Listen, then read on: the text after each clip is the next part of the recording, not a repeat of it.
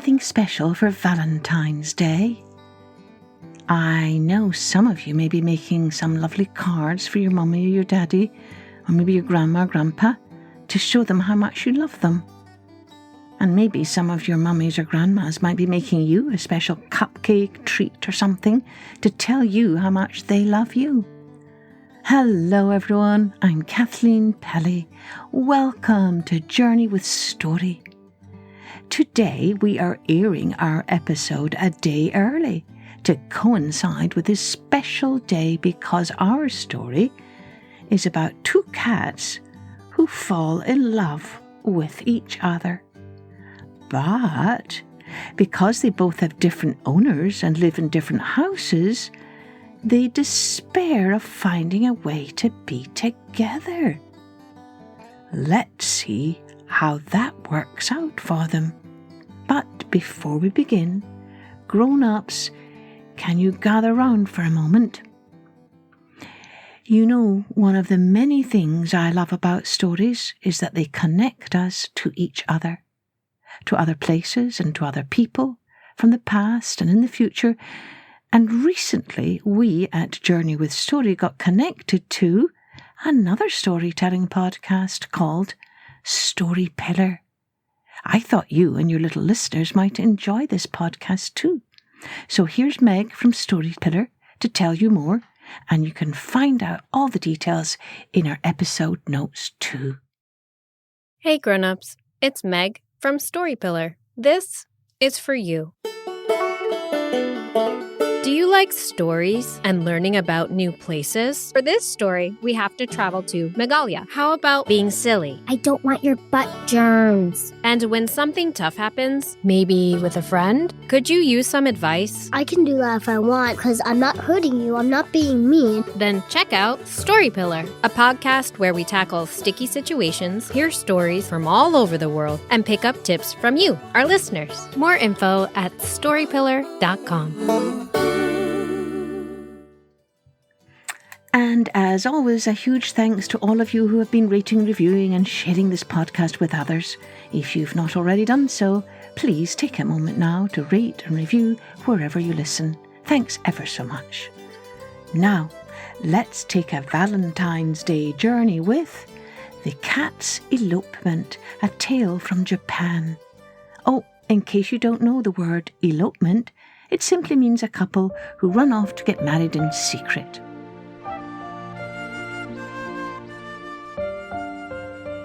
Once upon a time, there lived a cat of marvellous beauty, with skin as soft and shining as silk, and wise green eyes that could see even in the dark.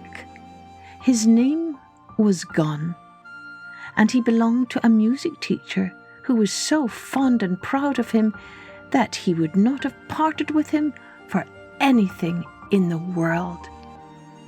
Now, not far from the music master's house, there lived a lady who also possessed a most lovely little pussycat called Koma.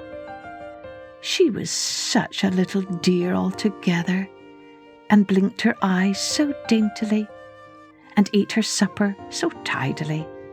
And when she had finished, she licked her pink nose so delicately with her little tongue that her mistress was never tired of saying, "Koma, Koma, what should I do without you?" Well, it happened one day that these two went out for an evening stroll, and they met under a cherry tree, and in an instant they fell madly in love with each other. Gon had long felt that it was time for him to find a wife, for all the ladies in the neighbourhood paid him so much attention that it made him quite shy. But he was not easy to please and did not care about any of them. Now, before he had time to think, Cupid had entangled him in his net, and he was filled with love for Koma. And so too Koma returned his love. But she also was wise enough to realize that their path to true love would not be easy. "Oh, my dear Koma," she said, "it is clear that we are smitten with each other. But what are we to do?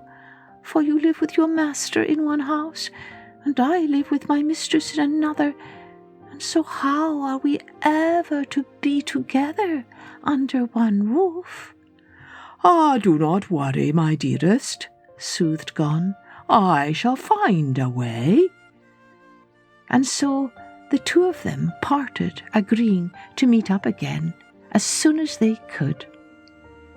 That evening, Gon entreated his master to set matters right by buying Koma.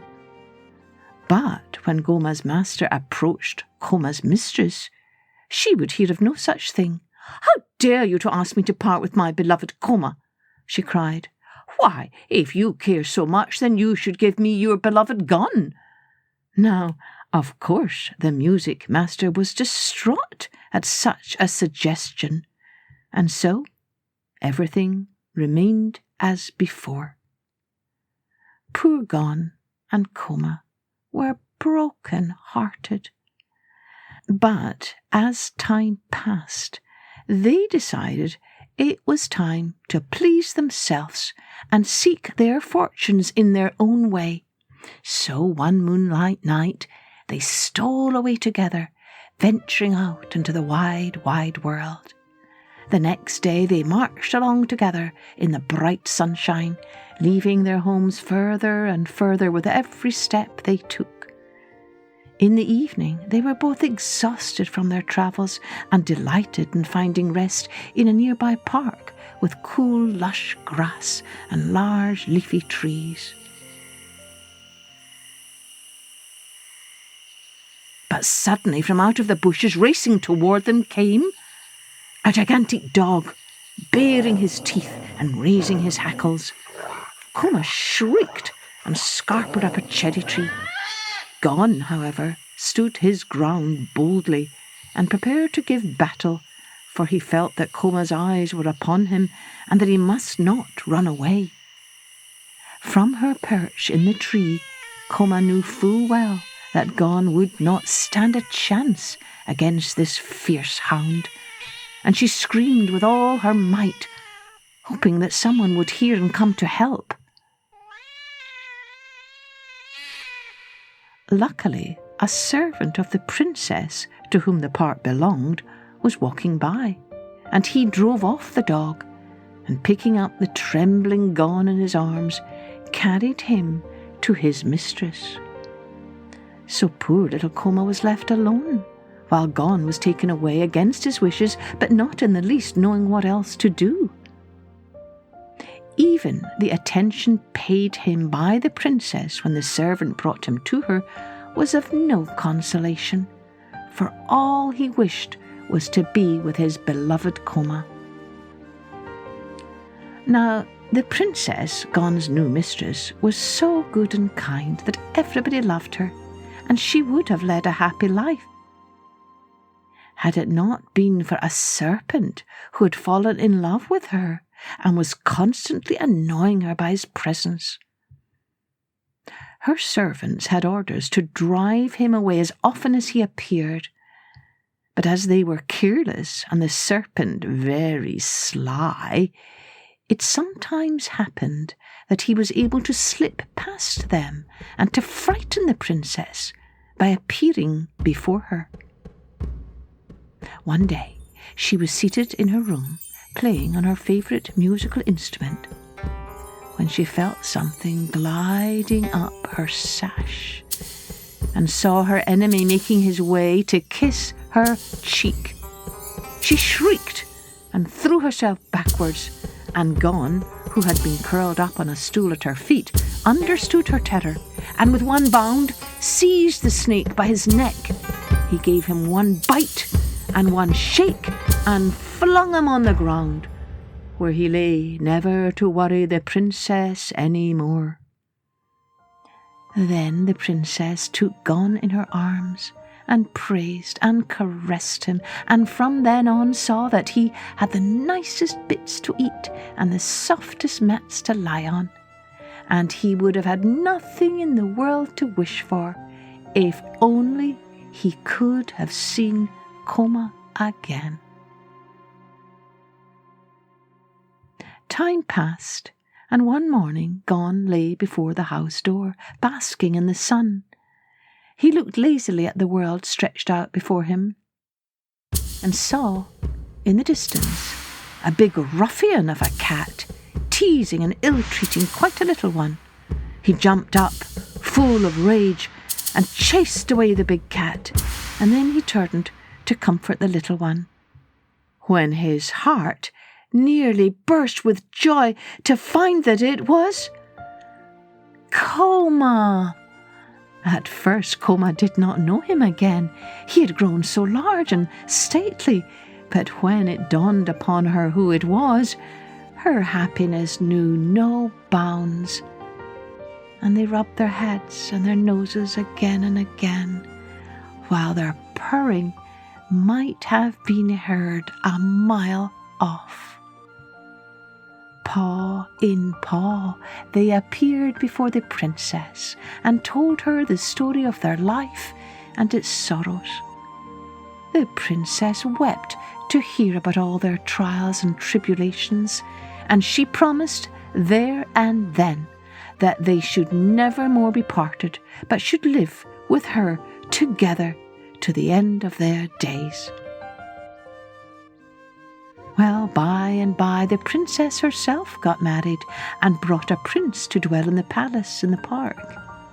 And she told him all about her 2 cats, and how brave Gon had been, and how he had delivered her from her enemy the serpent. And when the prince heard, he swore they should never leave them, but should go with the princess wherever she went.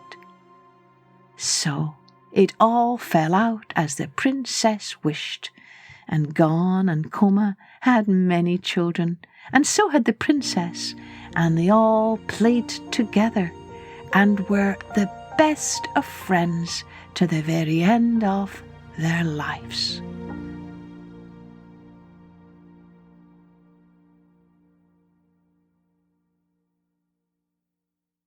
Oh, wasn't that sweet? And did you notice that Gon mustered his courage in order to save his mistress, the princess, from that horrid serpent? Because when we love someone, it can make us brave and ready to do anything to help them. Have you ever done something very brave for someone you love? Why, that might make a good story. You could try writing that. Happy Valentine's Day, everyone. Cheerio. Join me next time for Journey with Story.